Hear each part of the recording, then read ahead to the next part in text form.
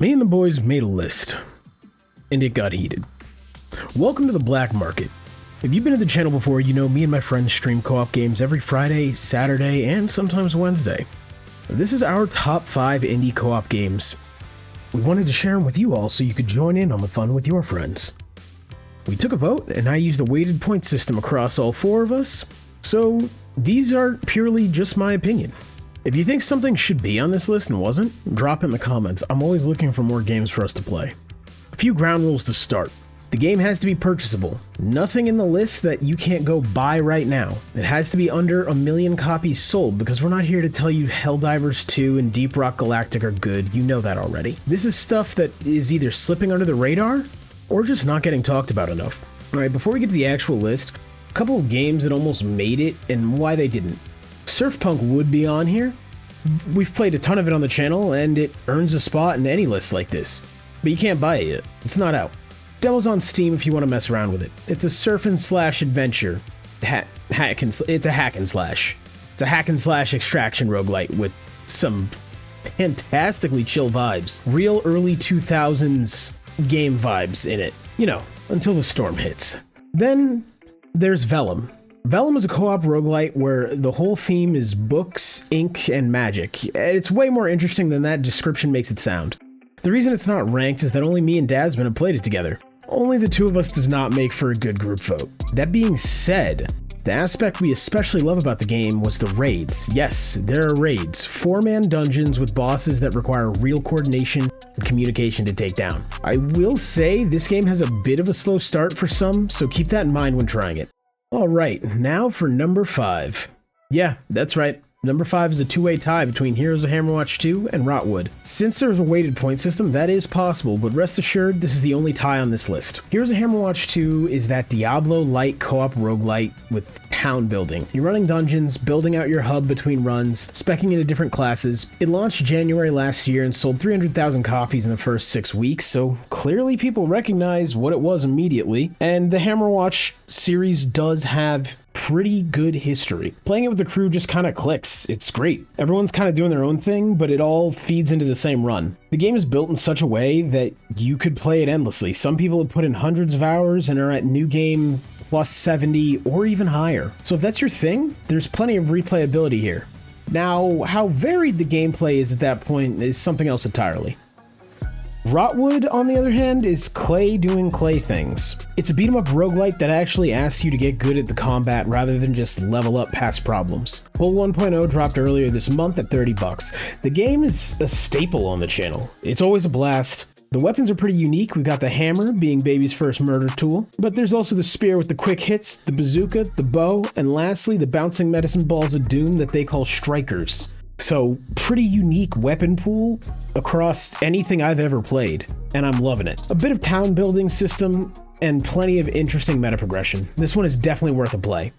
Number 4 is Sworn. Sworn is set in a fallen Camelot, and you're fighting corrupted versions of the Knights of the Round, which is just a sick premise.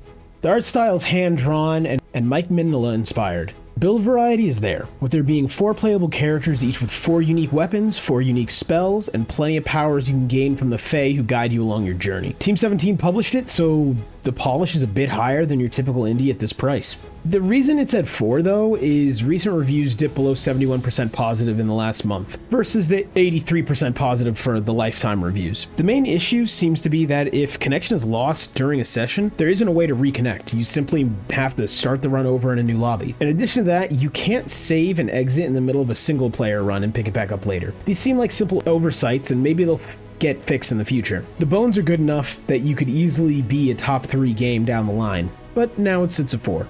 Number 3 is Abyssus. Abyssus is a first-person co-op FPS set in an underwater brine punk world. The aesthetic is this Atlantean Aztec steampunk kind of vibe, and the gunplay is snappy with 9 different weapons to choose from, each with a main and alternate fire. And each of those fire modes has 3 mods that can be attached to tailor your build to your liking. One thing I'll be honest about, the early runs feel kind of slow.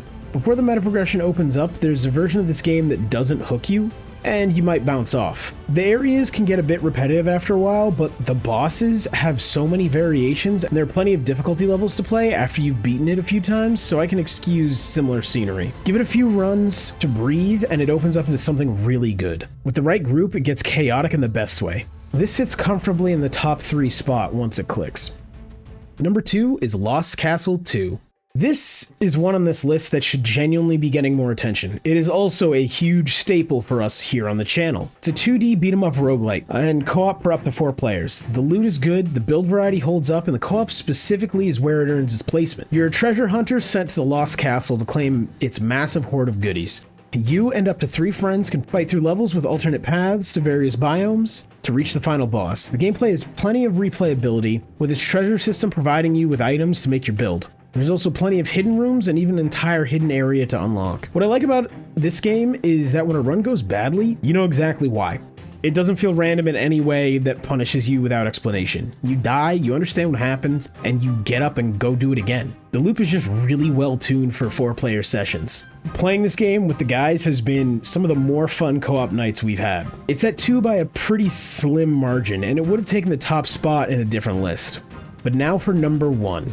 Jump Space. This entry is number 1 with an asterisk. As of the time of recording, it's still eligible to be on this list. However, sales plus wish lists may total over 1 million, so come 1.0, it may be too popular for this throne it sits upon. It's a co-op PvE spaceship game. 4 people crewing a ship at the same time. Someone's flying, that's usually me. Someone else is on the guns, someone's running through the ship putting out fires and fixing damage from all the dogfights we get in. And then there's Ashtrav, who's jumped out of the airlock, shot into space, jetpacked over to another ship and boarded it, which I'm sure is really fun, until I end up blowing up the ship and killing him in the process. But, you know, it would have worked if I didn't blow up the ship. The game is most often compared to Sea of Thieves, but in space, if that gives you a better idea of it. Fair warning though, solo is weak. The devs have said that themselves. If you're trying to play this alone, it's not really designed for that yet. With 3 people who are willing to commit, it's genuinely the best thing on this list. So that's the list. Surfpunk's getting added the second it's out. Vellum needs more time with the full crew before it gets a real placement, and Jumpship may graduate to an entirely different tier of gaming. Drop whatever game you think should be on this list in the comments. I want to know. We're always looking for new things to play. If you made it this far in the video, a like and a sub would be greatly appreciated. I'm trying to grow the channel right now, and every little bit helps. Be sure to hit that notification bell so you don't miss my next video. And if you really enjoyed it and you're on mobile, swipe left on the comments and give it some hype. That is one of the best ways to support this channel. I stream on Mondays, Wednesdays, Fridays, and Saturdays, so feel free to stop by and say hi.